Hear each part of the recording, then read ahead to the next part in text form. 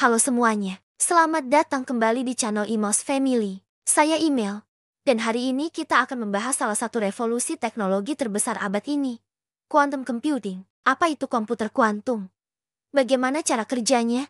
Dan mengapa banyak ilmuwan yakin teknologi ini bisa mengubah dunia kita? Mari kita kupas bersama. Coba bayangkan komputer yang ada di rumah atau kantor Anda. Sangat canggih, bisa memproses triliunan operasi per detik. Tapi tetap saja, ada masalah yang tidak bisa dipecahkan komputer klasik, seperti simulasi protein kompleks untuk obat baru, atau merancang material energi super efisien. Kenapa? Karena komputer klasik hanya bisa menghitung satu kemungkinan pada satu waktu, dan itu sangat terbatas.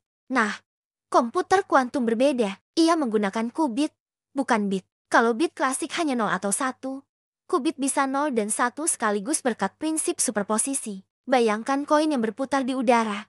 Sebelum jatuh, ia bisa mewakili semua kemungkinan. Ada juga fenomena lain, yaitu entanglement. Dua qubit bisa saling terhubung seperti si kembar ajaib. Kalau satu berubah, yang lain ikut berubah meski jaraknya jauh. Inilah yang membuat komputer kuantum bisa memproses jutaan kemungkinan secara paralel. Mungkin muncul pertanyaan, kalau qubit memproses miliaran kemungkinan sekaligus, bagaimana ia memilih jawaban yang benar? Disinilah algoritma kuantum berperan. Salah satunya algoritma Grover. Bayangkan mencari satu nama di buku telepon raksasa. Komputer klasik harus mengecek entry satu per satu. Komputer kuantum, ia bisa melompat langsung ke jawabannya jauh lebih cepat. Potensi komputer kuantum benar-benar luar biasa. Bayangkan, dalam bidang kriptografi, teknologi ini mampu memecahkan sistem enkripsi modern hanya dalam sekejap. Hal ini mendorong para ahli untuk segera mengembangkan sistem keamanan baru yang dikenal sebagai kriptografi anti-kuantum. Lalu di dunia kesehatan, komputer kuantum dapat mensimulasikan molekul kompleks dengan tingkat presisi yang tak mungkin dicapai komputer klasik. Hasilnya, penemuan obat-obatan baru bisa dilakukan jauh lebih cepat dan akurat. Tidak hanya itu, dalam ranah artificial intelligence, hadirnya quantum AI memungkinkan analisis data berukuran raksasa dilakukan secara real-time. Bayangkan kecerdasan buatan yang bisa belajar dan mengambil keputusan jauh lebih cepat dibanding sekarang.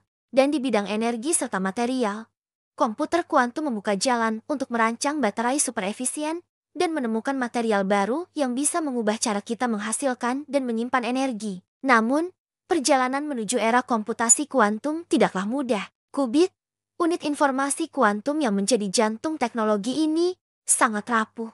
Ia bisa kehilangan sifat kuantumnya hanya karena sedikit gangguan entah itu panas, cahaya, maupun getaran kecil. Itulah sebabnya komputer kuantum harus ditempatkan dalam kondisi ekstrem, yaitu pada suhu super dingin yang hampir mendekati nol absolut. Meski penuh tantangan, para raksasa teknologi tidak gentar. Google, misalnya, menargetkan mampu menghadirkan komputer kuantum yang benar-benar bebas kesalahan pada tahun ke-2029. Di sisi lain, IBM dan IonQ terus berlari dalam kompetisi global, berusaha menjadi yang pertama meraih keunggulan kuantum di dunia komersial. Semua ini menunjukkan bahwa masa depan komputasi kuantum bukan lagi sekadar wacana, melainkan kenyataan yang semakin dekat. Jadi, quantum computing bukan lagi fiksi ilmiah, ia nyata, dan akan mengubah cara kita memecahkan masalah di masa depan. Menurut kalian, aplikasi apa yang paling menarik dari komputer kuantum ini? Tulis di kolom komentar ya. Jangan lupa like, share, dan subscribe untuk konten sains dan teknologi lainnya. Sampai jumpa di video berikutnya.